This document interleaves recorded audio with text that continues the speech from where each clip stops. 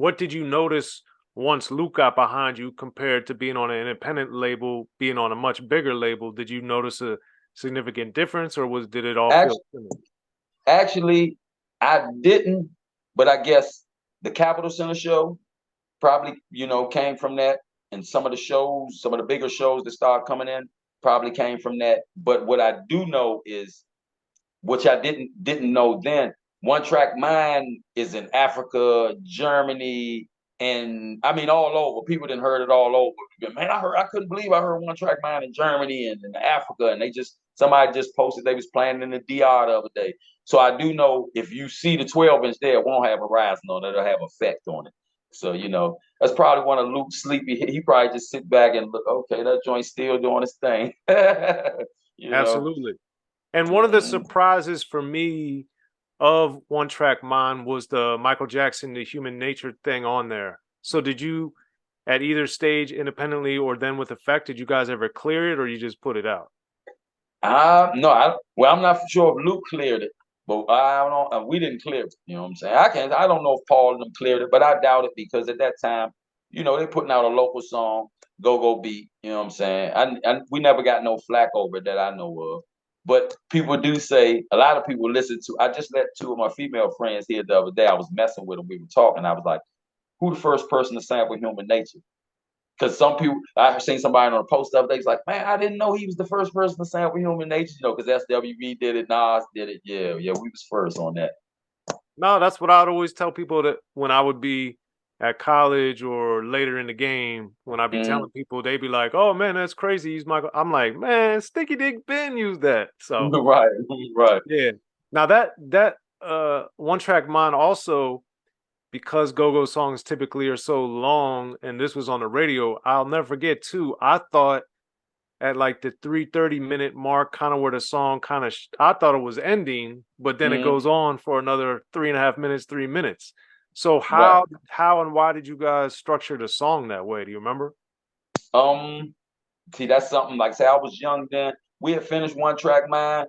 One morning I got a phone call from Paul and he just said, man, come lay some more lyrics on One Track Mind.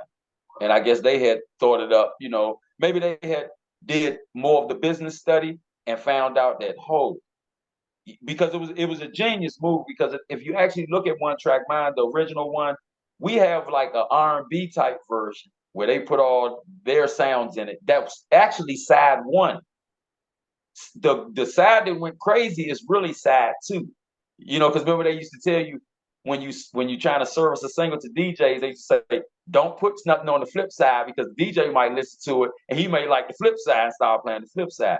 That's what actually happened with One Track Mind, which was a stroke of genius because, like you say, if you was promoting the artist and said, well, we're gonna release a single on him in a year, what would have been the best promotion? Let them rap with Red Essence for a year before that.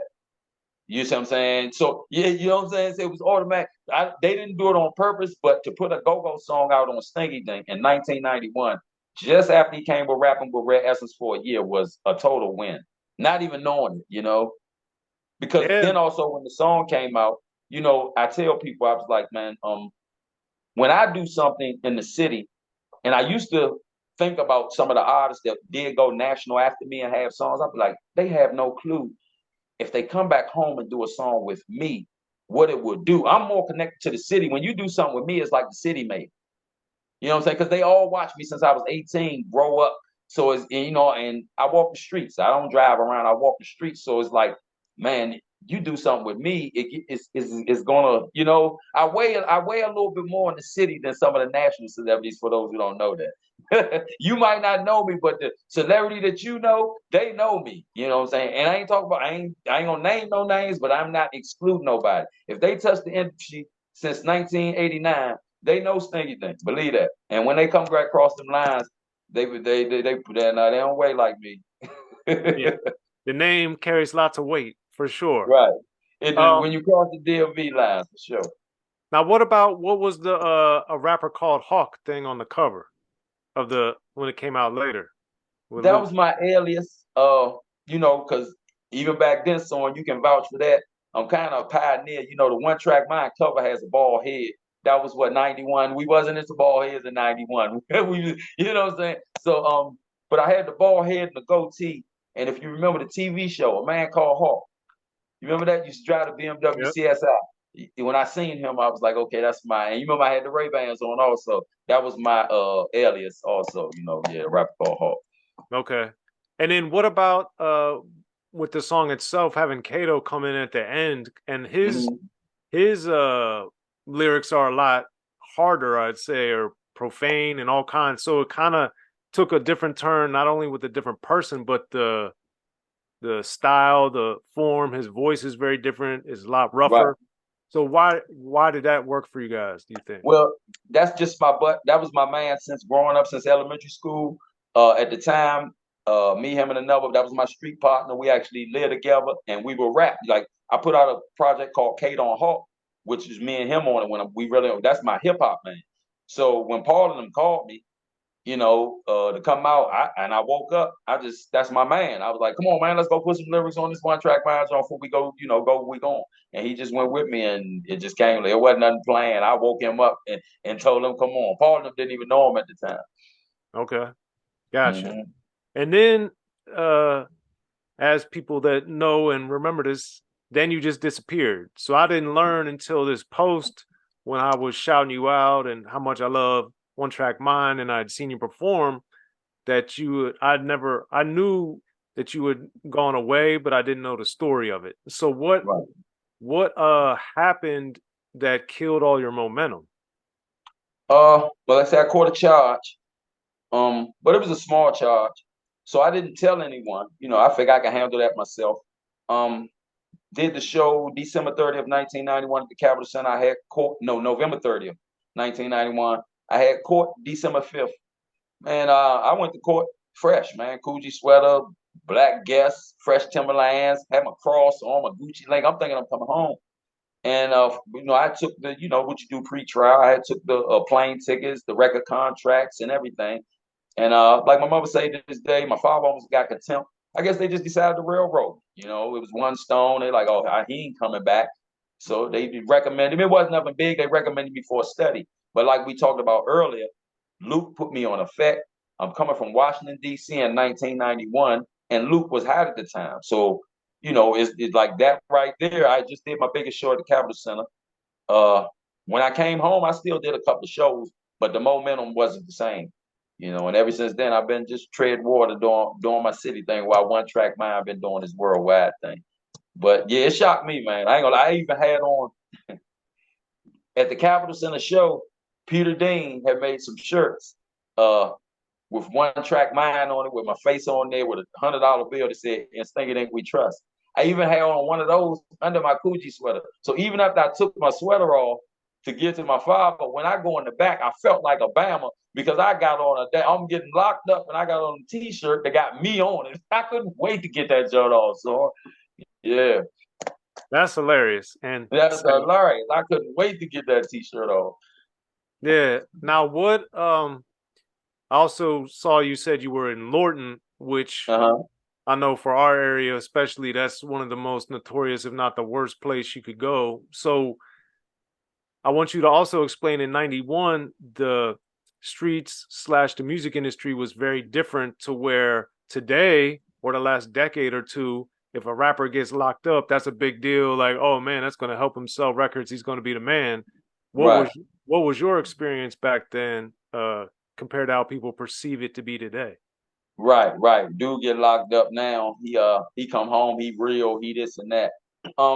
My experience, what I would say is I wasn't a national celebrity, so it wasn't no special conditions. I guess they did normal classification, put me wherever. But I was a city celebrity.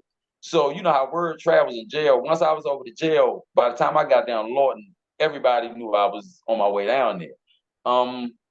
And like I say, I guess by me being real, always standing my square, I ain't never been known for being no gorilla, I ain't never been known for being no sucker. I was pretty cool, you know what I'm saying? I had no bad experiences. I had a couple of, I guess you could say, a test, if you want to tell a story. My first time going to the gym, me and a guy was debating about ping pong. So we go down to the gym and about 2 minutes in, 15 guys just beeline into the gym. And I noticed it, but I noticed nobody went and picked up a basketball or nothing. They beeline straight to the ping pong table. So I knew it was about me. And a guy, I'm not gonna call his name, everybody know him. I didn't know him at the time. He came up to me. He was big down there. And he hit me with 2 body shots. Boom, boom. What's up, Stinky Dink? And I immediately got to my crouch and fired back. Boom, boom, boom, boom. And he just bear hugged me and started laughing. It was a test. You know what I'm saying? If I would have failed that test, I might wouldn't be talking to you now because I might be sorted down. But that and the big thing down Lawton, Tony Blunt loves this story. He called it the greatest story ever told. They used to take people's shoes. Jordans and Timbs was hot items. And like I said, I got locked up in my Timbs. So one day I'm coming from breakfast. My celly didn't go. And the guy standing in the hallway, he got the t-shirt up. You know, like I said, down Lawton, they had lawnmower blades. Actually, 2 people got killed in, I think, my couple of months down there. But they said the guy, you know, they had lawnmower. I see the blades sticking out. And I'm like, this man can't get my shoes because I know it's going to hit the streets, man, faster than flash. So I just get close to him. So if he pull, we just going to tussle for it. But when I get up and I walk around, he look up and he say, what's up, Stinky Dink? And I say, what's up? I go on by my business. 5 minutes later, dude come upstairs barefoot. So that was just about respect. You know what I'm saying? That dude probably, he didn't fear me or nothing. Not saying that by me being known and people mess with me, if he would have took my boots, I probably would have got him back. But that wouldn't have washed the story down, the fact that I got them took. You know what I'm saying? So, yeah, you know how dudes get the chain took, then they get it back, and they're like, yeah, but I got it back. I don't know how to erase the fact you got it took, but that's the new way, gangsters, you know? Yeah, they can get beat up on Instagram and come back the next day and show they switch, and yeah, you love it. I'm like, y'all are different. That's for sure. Yeah, they different. So that being So said, I was pretty cool. well, that's good. And that being said, too, with the laws being so unfair, especially back then, with the sentencing and stuff, how much time did you get and how much time did you actually serve then? I got what they call back in the day down Lorton, they called it a study, 60-day study, 2 months, see how you act, you know what I'm saying? Then you go back to court, like you say, because the PWID carried 10 to 30. But yeah, I went back to court, and at that time, then I got Paul and them involved. So when I went back to court, Paul and them was there. I actually got my advance when I was down Lorton, y'all. My advance back then was 10,000. I got my 10,000 when I was down Lorton. Went and got a paid lawyer because I was going with the you know the lower court appointed because it was so petty. I didn't think I was gonna get locked up. Went and got a paid lawyer, and you know, yeah, they let me go after the 60 days. But yeah, it killed them. It killed them. Definitely killed the momentum. I guess being from D.C., you know, and yeah, definitely killed the momentum. So then how did that affect your relationship with Effect Records and with Luke? Well, actually, it was wild. That's what I say. It being so much, I guess, of a speck on his board.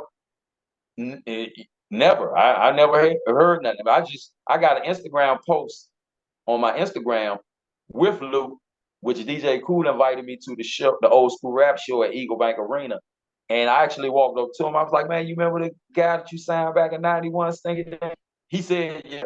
And, you know, I just took a picture with him and I put under the post, you know, the guy that signed, thanks to the guy that signed me in 91. He said he remember, I guess he would, because the song been collected published for 30 years, you know what I'm saying? Yeah, but. Okay.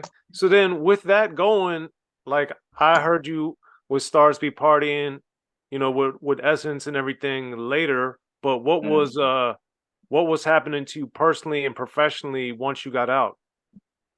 Like I said, I did a few more shows. After things died down, I still was doing hip hop projects, you know, like Rock Your Body, Black Aquaman, Kato and Hawk. I still was doing Black Cloud, still was doing projects locally, but actually I was working, you know, I was working jobs and still doing projects locally. And then around 99, when Maisha and the Hip Huggers and Sugar Bear created Grown and Sexy Go-Go, that kind of rebirthed me to the public, and I ain't never went nowhere since. You know, the Grown and Sexy brought me back live. You know what I'm saying? Yeah, and since '99, I've been I guess I'm the guest star with every band. You know, I'm the only guy that you'll see with Rasses, with Backyard, with Vibe, with Junkyard, whoever the promoter is, whoever the band on the show. You know, like I have one with EU coming up September 9th. You know, so yeah, like I said, I just did Chuck Brown Day. What I rock with Black Prince Sunday. So they keep me pretty busy. I just did Supla Homecoming with Vibe out the Doubletree a couple of Saturdays ago. So yeah, they keep me pretty busy. So Yeah, at 52, I'm the most book guest star rapper inside the congratulations. DLP line. Yeah, I got to give a shout out to Sugar Bear too. I interviewed him for Unique Access. There's the link if y'all didn't catch it. There's had a great interview with him, and That's obviously, big bruh. yeah, That's big absolutely. bruh.